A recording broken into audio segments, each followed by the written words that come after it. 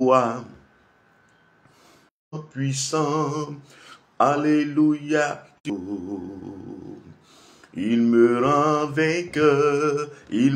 vainqueur sur mes ennemis. Nous voulons en ce matin bénir le nom de l'Éternel et nous voulons donner gloire au Dieu vivant, au Dieu tout-puissant.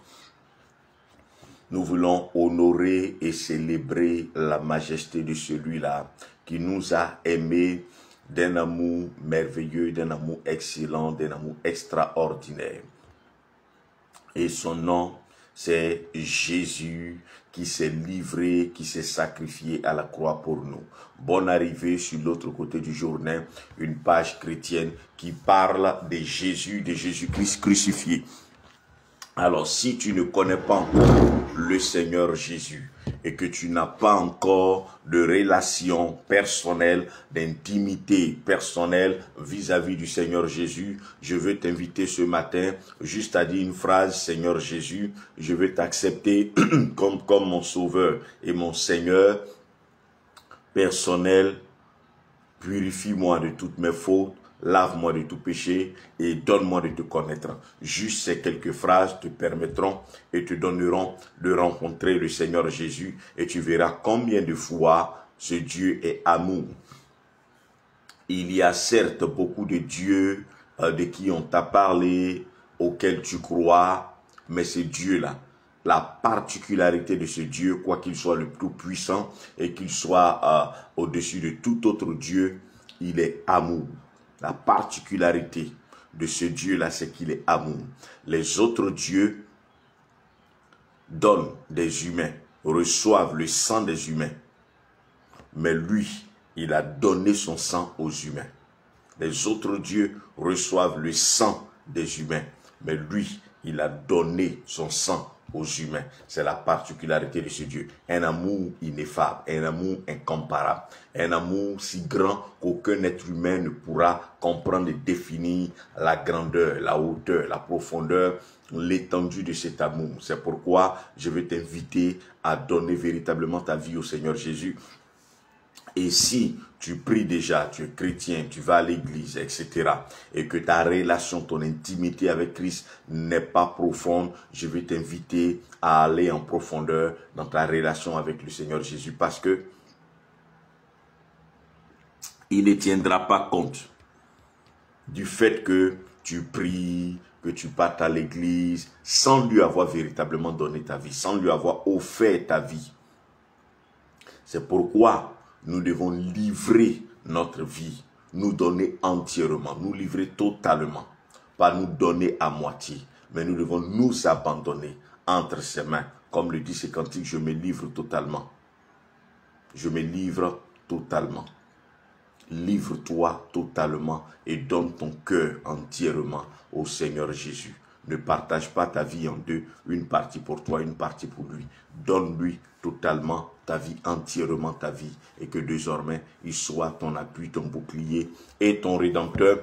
Au nom de Jésus-Christ de Nazareth, que Dieu te bénisse, toi qui nous suis pour la première fois sur l'autre côté du journal. Nous voulons t'inviter tout le lundi matin dès 5h45 heure GMT, comme nous le sommes en ce matin. Et nous prierons avec toi pour recommander, confier la semaine qui commence au Seigneur.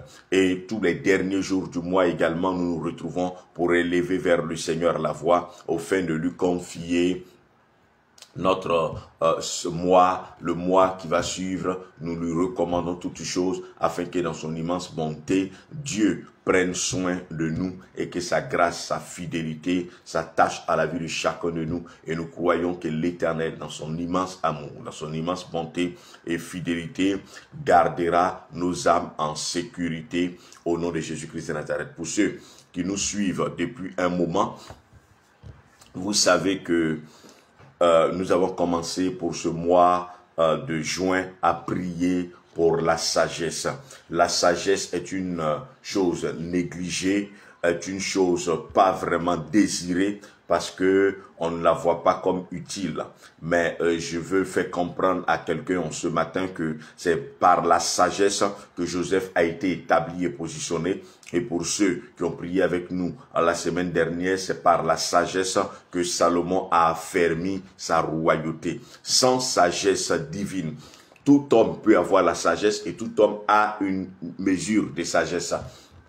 Mais cette mesure de sagesse ne nous exempte pas de fautes graves et des erreurs qu'on ne peut pas réparer. Mais la sagesse divine nous exempte de beaucoup de choses. Et c'est cette sagesse divine-là que chacun de nous doit rechercher dans sa vie. Notre intelligence ne doit pas nous guider. Nous ne devons pas nous laisser guider par notre intellect, par notre savoir, par les connaissances que nous avons, mais nous devons nous laisser totalement, entièrement guider, orienter par l'Esprit de Dieu, par la puissance surnaturelle de l'Éternel, et dans son immense bonté et grâce, Dieu nous permettra, l'Éternel nous accordera de voir et de vivre l'extraordinaire par son Esprit. En dehors de la sagesse divine, il est impossible de marcher dans le bonheur et dans la joie. La sagesse divine te permettra d'avoir des solutions, d'avoir des révélations que l'intelligence humaine ne peut t'accorder. C'est pourquoi il faut rechercher la sagesse de Dieu. Il faut rechercher que Dieu, demander, prier que Dieu t'accorde la sagesse. Et si tu le lui demandes de tout ton cœur, l'Éternel t'accordera la sagesse. Que tu le désires, il te l'accordera. Que tu lui demandes, il te l'accordera. C'est pourquoi que ton cœur se tourne vers la sagesse de l'Éternel et qu'il te l'accorde pour que tu sois une solution, pour que tu sois une bénédiction et que tu puisses apporter la vie, le bonheur et la joie autour de toi et à plusieurs personnes. La faveur de Dieu étant sur ta vie, nous allons prendre un passage que nous allons lire et à la suite de ce passage, nous allons prier le Seigneur. Luc 21, verset 15. Luc 21, verset 15. Luc 21, verset 15. Et la parole de Dieu dit, « Car je vous donnerai une bouche et une sagesse face à laquelle vos ennemis ne pourront ni résister, ni contredire. » La Bible dit, « Car je vous donnerai une bouche et une sagesse face à laquelle vos adversaires ne pourront ni contredire, ni attaquer. »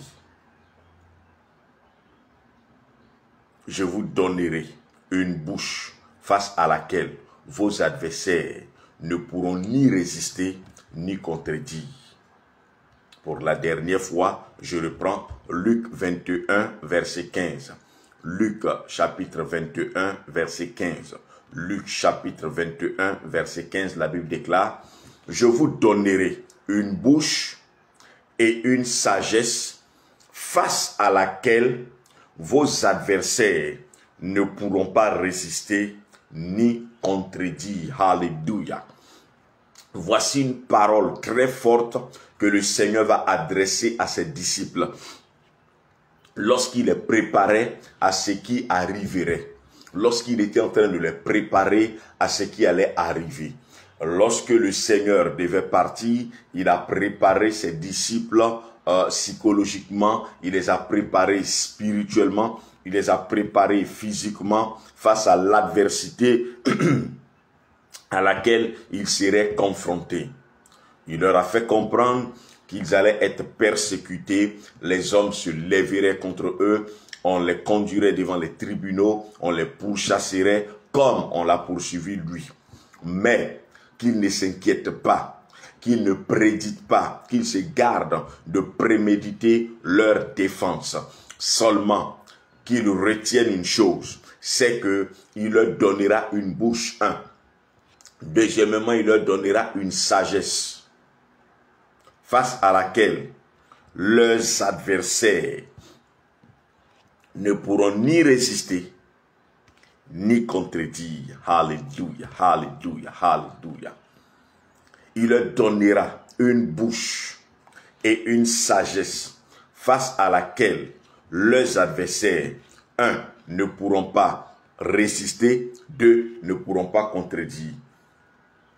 Et le Seigneur Jésus, s'il dit qu'il donnera une sagesse à ses disciples, alors qu'il leur avait déjà donné une puissance, parce qu'il leur a dit, vous recevrez une puissance, celle du Saint-Esprit survenant sur vous, afin que vous soyez mes témoins. Quoi qu'il leur ait donné une puissance, dit qu'il leur donnera également une sagesse. Donc, regarde un peu l'importance et la valeur de la sagesse. Nous négligeons la sagesse en tant que chrétiens et enfants de Dieu, mais comprenons et retenons que c'est par la sagesse que le monde sera confondu. C'est par la sagesse divine que le monde sera confondu, parce qu'il leur avait donné la puissance.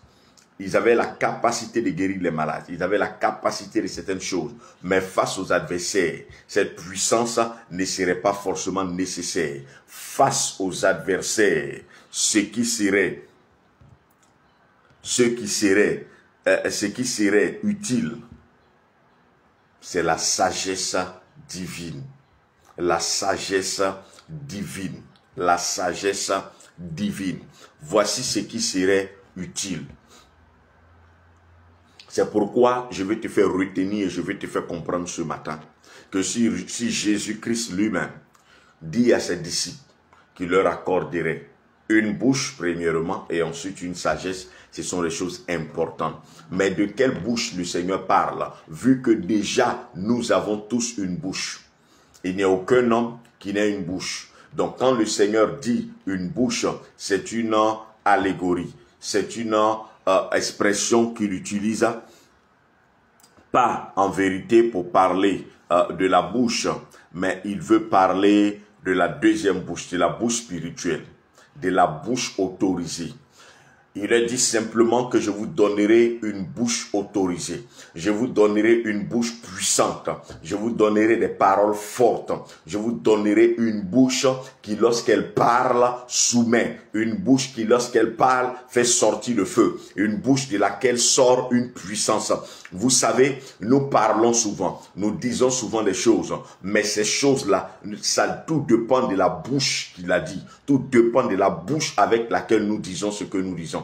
Nous pouvons crier sans être entendus. Nous pouvons élever la voix, élever le ton sans être écoutés. Mais nous pouvons parler par une bouche autorisée, avec une bouche qui est remplie de feu et de puissance, et l'on nous écoutera. C'est pourquoi il faut premièrement, avant que la sagesse ne t'habite, premièrement, que ta bouche soit une bouche autorisée, que ta bouche soit une bouche de laquelle sorte une autorité, que ta bouche soit une bouche de laquelle sort une puissance, que l'Éternel te donne, cette bouche-là. Et la Bible dit que quand Jésus parlait, tout le monde disait, il parle comme ayant autorité. Il parle comme ayant autorité, parce qu'il avait cette bouche-là. Quand il parlait, ce qui ressortait de sa bouche n'était pas seulement des simples paroles qui étaient entendues. Il dit, les paroles que je vous ai dites sont esprit et vie. Sont esprit et vie. Mes paroles sont esprit et vie. Nous y reviendrons plus tard sur l'expression les paroles que je vous ai dites sont esprit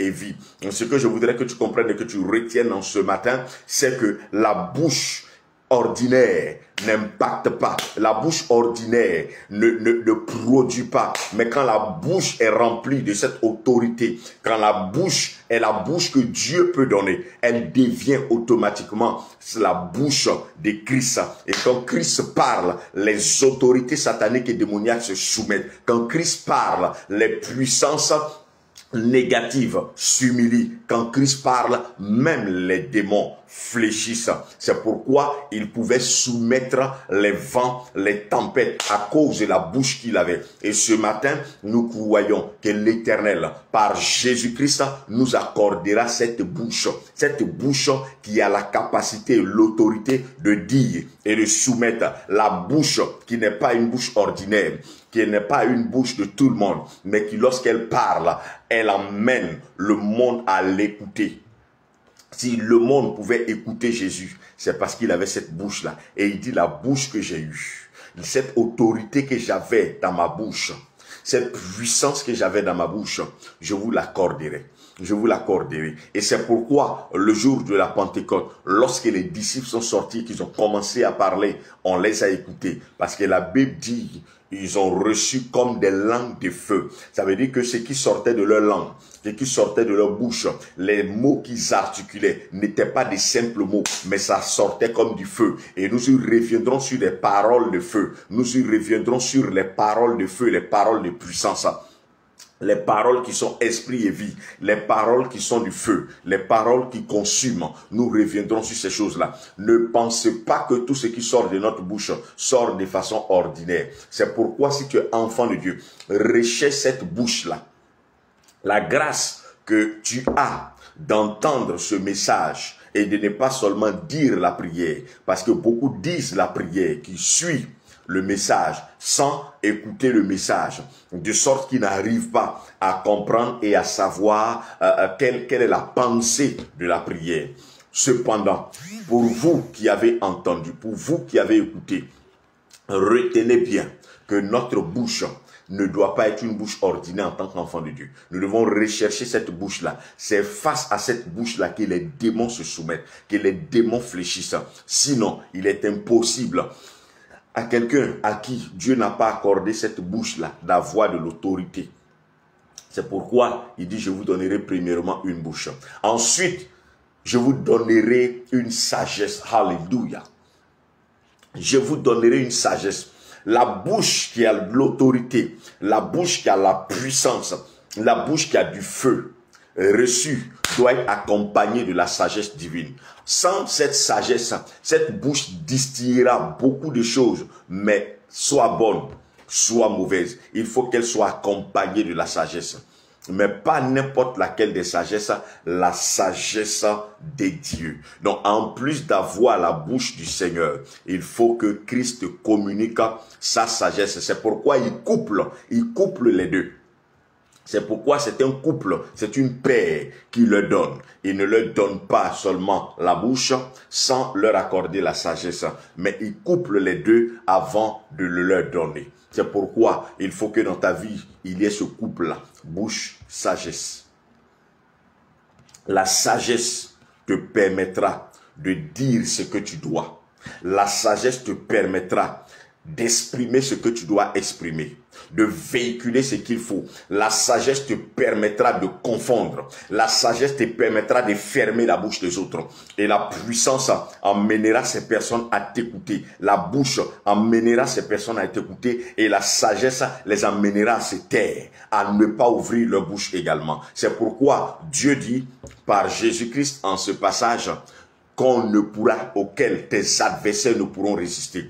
Vous savez, tu as des adversaires. Ces adversaires sont physiques et il y en a qui sont spirituels. Tu as plus toutes sortes d'adversaires. Certains sont physiques, d'autres sont spirituels. Que ce soit les adversaires physiques, que ce soit les adversaires qui sont dans le monde des esprits, aucun d'eux ne pourra résister face à la sagesse que Dieu te donnera. C'est pourquoi il te donne la bouche et ensuite il te donne la sagesse. Parce que le tout n'est pas de prier pour prier, mais comment prier. Quoi dire, à quel moment prier, qu'est-ce qu'il faut, pourquoi faut-il prier, qu'est-ce qu'il faut dire dans la prière. Et c'est ça, c'est là que nous avons besoin de la sagesse. Qu'est-ce qu'il faut dire face à ceux qui nous oppressent et nous attaquent. Quelqu'un est combattu par un esprit qui lui dit, des esprits humains, de la sorcellerie, qui lui disent, tu es chez nous, tu es dans notre village et tu veux t'imposer, tu manges notre nourriture, et tu bois notre eau, et tu veux t'imposer dans notre village. Et l'homme de Dieu qui va leur dire, je ne mange pas gratuitement votre nourriture, je ne bois pas gratuitement votre eau, mais la nourriture que je mange, c'était en esprit qu'ils étaient en train de combattre. Lui, il était couché dans sa chambre, eux, ils étaient sur la toiture, et ils conversaient. Pas physiquement, spirituellement. Et il leur a dit, la nourriture que je mange, je paie cette nourriture. Je ne la mange pas gratuitement. L'eau que je bois, je paie cette eau. Tout le temps que j'ai passé, j'ai séjourné dans votre village. Je n'ai pas bu votre eau gratuitement. Je n'ai pas mangé votre nourriture gratuitement. Par conséquent, je n'ai pas mangé votre nourriture. Je n'ai pas bu votre eau. La nourriture que j'ai mangée est la mienne. L'eau que j'ai bu est la mienne. Et alors, vous n'avez pas de droit et vous n'avez pas de possibilité de me combattre ni de m'attaquer. automatiquement ils se sont tus parce que Dieu lui a donné la sagesse pour les confondre. Et la Bible dit que la sagesse que tu vas recevoir te permettra d'ordonner l'irrésistance dans le camp de tes ennemis. La sagesse t'emmènera à confondre tes ennemis, tes adversaires, tous ceux qui se leveront contre toi comme adversaires. La sagesse que Dieu te donnera te permettra de les emmener à ne pas être dans la capacité ou dans la possibilité de te résister. C'est-à-dire, à partir de cette sagesse, ils ne seront pas capables de te résister. Ils ne pourront pas te résister vis-à-vis de la sagesse que Dieu t'accordera. Ils ne pourront pas te résister. Pour qu'ils ne puissent pas te résister, il faut que l'Éternel t'accorde la sagesse et ensuite, ils ne pourront pas te contredire. Parce que tu peux dire une chose physiquement. Ici, il parlait d'un combat physique. Mais ce combat physique s'étend également sur le combat spirituel. Parce que nous sommes aussi combattus dans le spirituel. Souvent, il y a certaines personnes qui ont des songes dans lesquels on leur dit certaines choses et ils ne savent pas, quand ils se réveillent, comment prier. Qu'est-ce qu'il faut répondre à ces personnes-là qui les accusent de quelque chose. Ici, on l'accusait dans l'exemple que je viens de donner, mais il a su, par la sagesse divine, comment se défendre. Il ne s'est pas défendu avec son intelligence, mais c'est par la sagesse divine qu'il a pu se défendre. Voici pourquoi souvent nous sommes face à l'adversité, mais nous ne savons pas quoi faire. Nous ne savons pas quelle attitude adopter parce que nous n'avons pas cette sagesse divine. Et nous croyons que ce matin, la prière que nous allons faire permettra à chacun de nous de recevoir, d'avoir la sagesse divine, la sagesse de l'Éternel qui lui permettra d'ordonner le silence dans le camp de ses ennemis. La Bible dit que tes adversaires ne pourront pas te résister, mais ensuite, ils ne pourront même pas te contredire. C'est-à-dire qu'ils ne pourront même pas parler, ne pourront pas dire autre chose que ce que tu as dit. Autrement dit, quand tu parleras, ça sera point et point. Quand tu diras, ça sera point et point, parce qu'on ne saura pas quoi dire, parce que frappé par ta sagesse, frappé par la surnaturelle sagesse que tu exprimes, et vu la surnaturelle sagesse que tu exprimes, l'on ne pourra rien dire, l'on ne pourra pas répondre, parce qu'on ne saura pas quoi répondre vis-à-vis de ce que tu as dit. Donc on ne pourra pas te résister et on ne pourra pas te contredire. C'est pourquoi recherche cette sagesse divine dans les combats spirituels. Recherche cette sagesse divine face aux attaques démoniaques, aux attaques de l'ennemi, aux œuvres des esprits malsains. Recherche la sagesse et la sagesse s'acquiert au pied du maître, dans la présence de Dieu, en s'humiliant et en lui demandant de nous accorder cette sagesse qui nous permet de confondre nos adversaires, cette sagesse qui nous permet de résister à nos adversaires et les emmener à ne pas pouvoir nous résister et ensuite les emmener à ne pas pouvoir nous contredire. C'est pourquoi quand le Seigneur Jésus parlait face aux pharisiens et aux sadducéens, ils n'avaient pas quoi dire, ils prenaient leur route et ils allaient. Et ils sont revenus face à lui, ils ont dit, la loi de Moïse a dit, qu'est-ce que toi tu dis? Il dit, la loi de Moïse a dit, qu'est-ce que toi tu dis? Une femme a été prise en flagrant délit d'adultère, et la loi de Moïse dit qu'on doit la lapider. Qu'est-ce que toi tu dis? S'il dit qu'on la lapide, ça veut dire qu'il accepte qu'on tue. S'il demande qu'on ne la lapide pas, alors il est d'accord qu'on commette le péché, qu'on fasse de mauvaises choses. Et c'est une colle pour nous les hommes. Mais avec la sagesse divine, il n'y a jamais de colle. Et c'est pourquoi nous devons rechercher la sagesse divine. Le Seigneur ne va pas leur répondre avec son intelligence, il va leur répondre avec la sagesse divine. Nous désirons cette sagesse pour confondre nos adversaires. Quelqu'un viendra physiquement te dire une parole, t'étendre un piège. Et parce que tu n'auras pas la sagesse, tu répondras vainement. Et tu répondras sans l'intelligence divine. Alors, il pourra utiliser tes paroles pour t'attaquer, te combattre sur le front matériel et sur le front spirituel. C'est pourquoi recherchons cette sagesse de Dieu. Vous savez, Les chrétiens, nous voulons beaucoup de choses, mais nous ne cherchons pas les racines qui produisent ces choses-là. Nous ne recherchons pas les bases qui produisent ces choses. C'est pourquoi retiens que l'une des choses que tu dois rechercher, la bouche, ensuite la sagesse pour ce matin.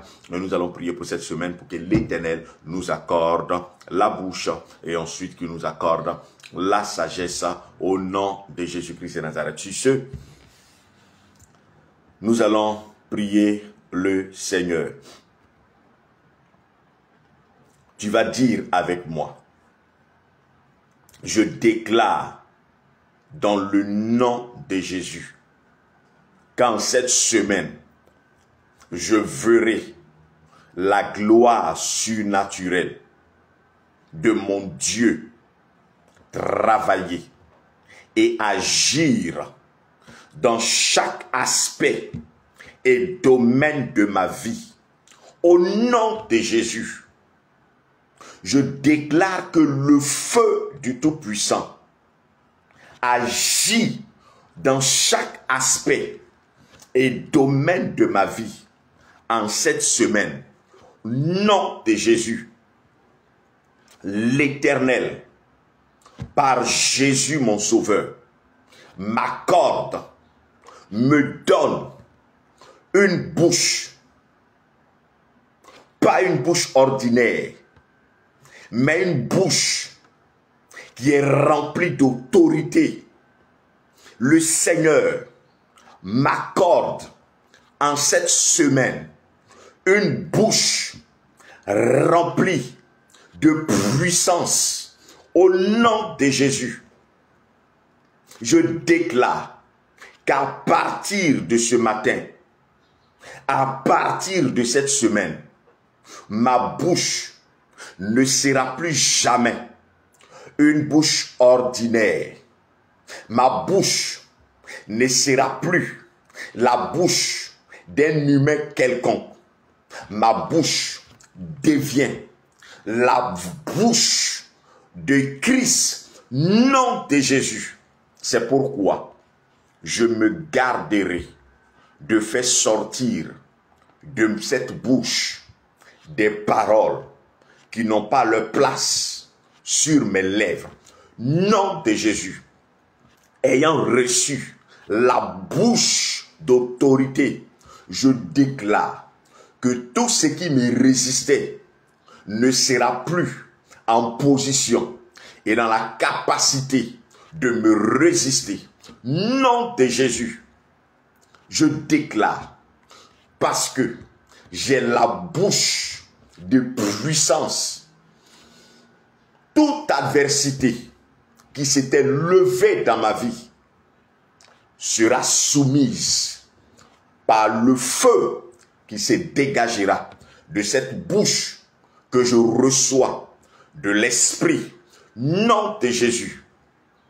À partir de ce moment, à cette bouche, le Seigneur attache la sagesse, pas ma sagesse à moi, mais la sagesse qui coule d'en haut et qui inonde mon être au nom de Jésus. Aucune parole de lâcheté ne sortira de ma bouche, mais toutes les paroles qui sortiront de ma bouche seront remplies de la sagesse divine au nom de Jésus. Et à partir de la bouche que j'ai reçue ce matin, à partir de la sagesse que je reçois, je déclare que le monde de l'adversité, le monde ennemi qui a décidé de se lever, de se liguer contre ma vie, se soumet, nom de Jésus. Je déclare que leur résistance à partir de ce moment est sous mes pieds, nom de Jésus. Et maintenant même, ils n'auront plus de possibilité d'expression, nom de Jésus. Ils seront tellement confondus qu'ils n'auront pas à répondre. Tout adversaire, tout ennemi physique ou tout adversaire ennemis spirituels seront confondus. Nom de Jésus. Dans le monde spirituel, je confondrai. Dans le monde matériel, je confondrai. Et je déclare que la sagesse que l'Éternel m'accorde ordonne le silence dans le camp de toutes les voix qui se lèvent pour m'accuser, me juger et me condamner au nom de Jésus. Je déclare qu'en cette semaine, je vois, j'expérimente et je vis les résultats de cette sagesse et de cette bouche de feu que le Seigneur m'a accordée. Au nom de Jésus, sa protection étant avec moi, mes enfants, mon épouse, mon époux, mes activités, mes avoirs, mes possessions, je déclare que je vis une semaine excellente, bénie dans la faveur divine, au nom de Jésus. Amen. Amen, amen, amen, amen, amen. Que Dieu te bénisse abondamment, maman Bernardin, Ghislaine, que la sagesse de Dieu te soit accordée et que l'Éternel te donne une bouche. Il t'accorde sa bouche. Que le Seigneur Jésus te donne une bouche. Au nom de Jésus-Christ de Nazareth. Maman Desmarie Corché depuis la Suisse, que l'Éternel t'accorde une bouche et qu'il te communique la sagesse divine. Nom de Jésus-Christ de Nazareth. Maman Inès à Pythagore, que le Seigneur t'accorde la bouche et qu'il te communique la sagesse. Nom de Jésus-Christ de Nazareth. Maman Diomandé Cécile, que l'Éternel t'accorde cette bouche et qu'il te communique la sagesse divine dans le nom de Jésus. Papa Moïse Envo, que le Seigneur te communique cette sagesse divine et que ta bouche soit désormais pas une bouche ordinaire, mais une bouche que l'Éternel te donne. Nom de Jésus-Christ de Nazareth. Je bénis l'Éternel, le Seigneur, pour toutes les personnes qui y sont connectées, que je n'ai pas pu voir connectées. Que Dieu vous bénisse abondamment. Vous tous qui avez partagé, qui avez liké, qui continuez de partager, de liker, que la fidélité de l'Éternel demeure sur votre vie et que l'Éternel vous donne sa bouche. Nom de Jésus-Christ de Nazareth. Que le Seigneur vous donne la bouche qui a la capacité de confondre, la bouche de laquelle sort une puissance, et que l'Éternel vous bénisse abondamment. Merci pour les partages, merci vous qui avez partagé, qui continuez de partager, que le Seigneur vous bénisse abondamment, merci, que la fidélité, le shalom de Dieu soit avec vous pour l'œuvre de Dieu que vous faites en partageant, parce que c'est votre façon aussi de rendre la voix du Seigneur audible. Même si vous ne l'exprimez pas avec votre bouche, vous permettez à cette parole-là d'être entendue dans un cœur et de bénir une vie. Car vous ne savez pas qui ne se suicidera plus parce qu'il aura écouté cette parole et qu'il aura entendu un message que vous lui aurez envoyé. C'est pourquoi continuez de partager, permettez aussi à plusieurs personnes de bénéficier de la grâce de l'Éternel. Que Dieu te bénisse abondamment et que cette semaine, tu pries continuellement pour obtenir la bouche et la sagesse pour que tu vois les résultats se réaliser, se dessiner progressivement dans ta vie au nom de Jésus. Shalom.